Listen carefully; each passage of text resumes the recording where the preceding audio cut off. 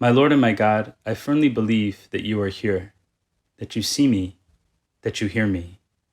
I adore you with profound reverence. I ask your pardon for my sins and the grace to make this time of prayer fruitful. My Immaculate Mother, Saint Joseph, my Father and Lord, my guardian angel, intercede for me. Anticipation.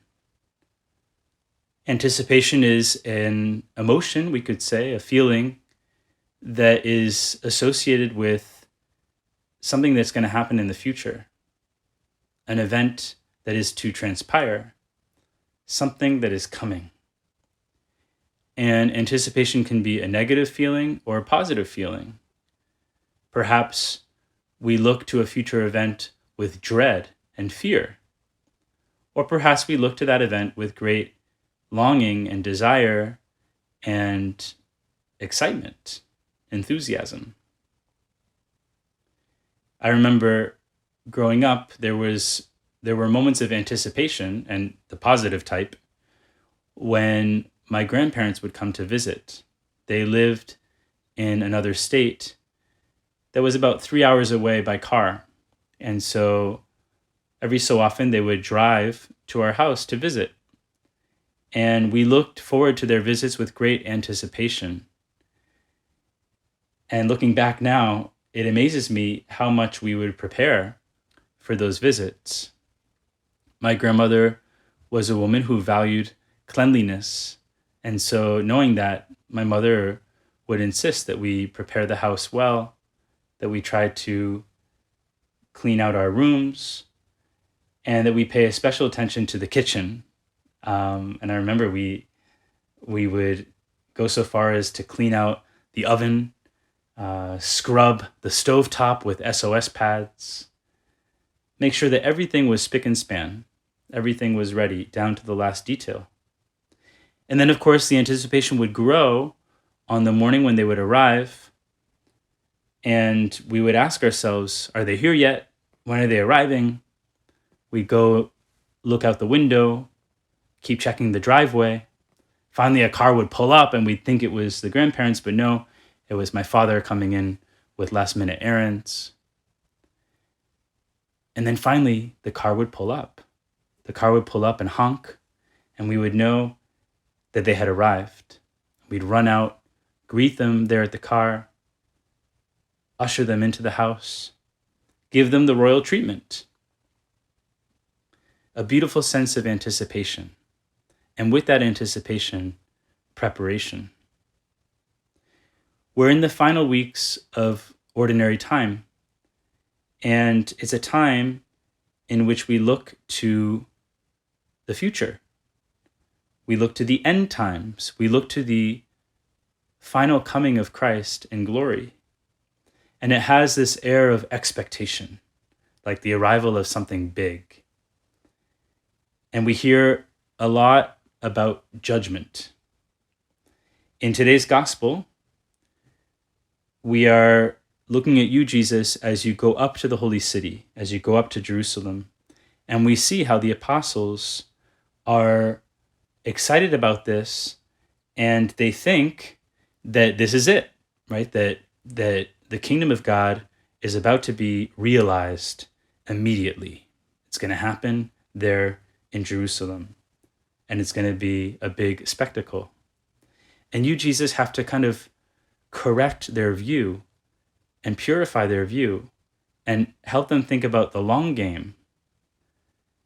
And you talk about this parable in which a nobleman goes off to a distant country. He goes far away, and he's gone for a while. And when he finally does return, he returns as king, and as a king who is going to render an account of the activity of his servants. While people were listening to Jesus speak, he proceeded to tell a parable because he was near Jerusalem, and they thought that the kingdom of God would appear there immediately. So he said, a nobleman went off to a distant country to obtain the kingship for himself and then to return. But when he returned after obtaining the kingship, he had the servants called, to whom he had given money, to learn what they had gained by trading. The first came forward and said, "Sir, your gold coin has earned 10 additional ones." He replied, "Well done, good servant. You have been faithful in this very small matter. Take charge of 10 cities." Then the second came and reported, "Your gold coin, sir, has earned 5 more." And to this servant too he said, "You take charge of 5 cities." Then the other servant came and said, "Sir, here is your gold coin. I kept it stored away in a handkerchief, for I was afraid of you, because you are a demanding man. You take up what you did not lay down, and you harvest what you did not plant."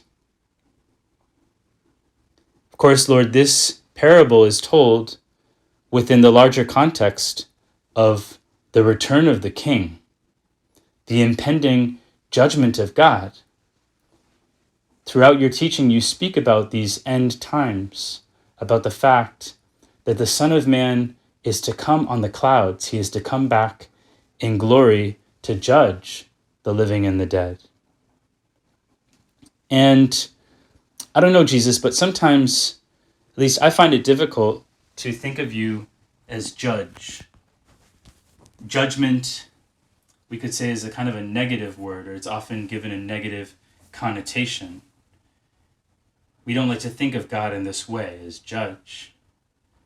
But if we think about it a little bit, really every relationship based in love has an element of judgment. In love, we hold each other accountable. If there were no moments of judgment, there'd be no measure of how our love is going. That's why it's good that people in love point out the ways in which they could love more, because we expect that from each other. We want to grow in our love. A total lack of judgment would simply be indifference. And so when people are in love, they're not afraid to judge one another so as to help one another to grow. And we look for that accountability when we truly love each other. And so Jesus is going to come back, and that has to matter to us. We have to feel this sense of his judgment. When Grandma and Grandpa were going to arrive, we really cared about that. And it was reflected in the way that we got prepared. It was reflected in the desire, in the longing that we had to see them, which created this anticipation and also a desire to make them happy, a desire to show them our love with deeds. And this is how we want to anticipate the coming of Christ. We said at the beginning that there's 2 ways of anticipating with fear and dread, or anticipating with longing and desire. Jesus, we know that you're going to come back. We know that we will face you as judge either when we die or at the end of the world, whatever comes first. And in that moment, we want to anticipate it now with longing and desire. We don't look at your coming, at your return as king, with fear and anxiety, which is the mentality of that third servant who was afraid of you. No, rather we look forward to your second coming with confidence and with longing, like those first 2 servants. And we seek to make the most of the time here and now to make you happy when you return. We don't know when that's going to happen. Jesus, you told us very clearly that about that day and hour, no one knows. And so what should we do in the meantime? Well, the answer is very simple. Live our life facing Jesus, anticipating his return with longing, and showing how we want to prepare for that coming with our deeds here and now. just as we would prepare for the arrival of Grandma and Grandpa with specific deeds of love, of preparation. What we do here and now matters. What we don't do here and now matters. Lord, help us not to commit the sin of omission by burying our coin, but rather help us to multiply it into many, many coins of love. We can ask Our Lady that she help us to make the most of the time that we have. She can teach us how to multiply all those little coins. And if we do that, Jesus, you can come back to us happy to see us, because we've been facing you all along. We've been facing heaven. We've been facing the end times. We've been anticipating with desire and longing for your return. I thank you, my God, for the good resolutions, affections, and inspirations that you've communicated to me in this meditation. I ask your help in putting them into effect. My Immaculate Mother, Saint Joseph, my Father and Lord, my guardian angel, intercede for me.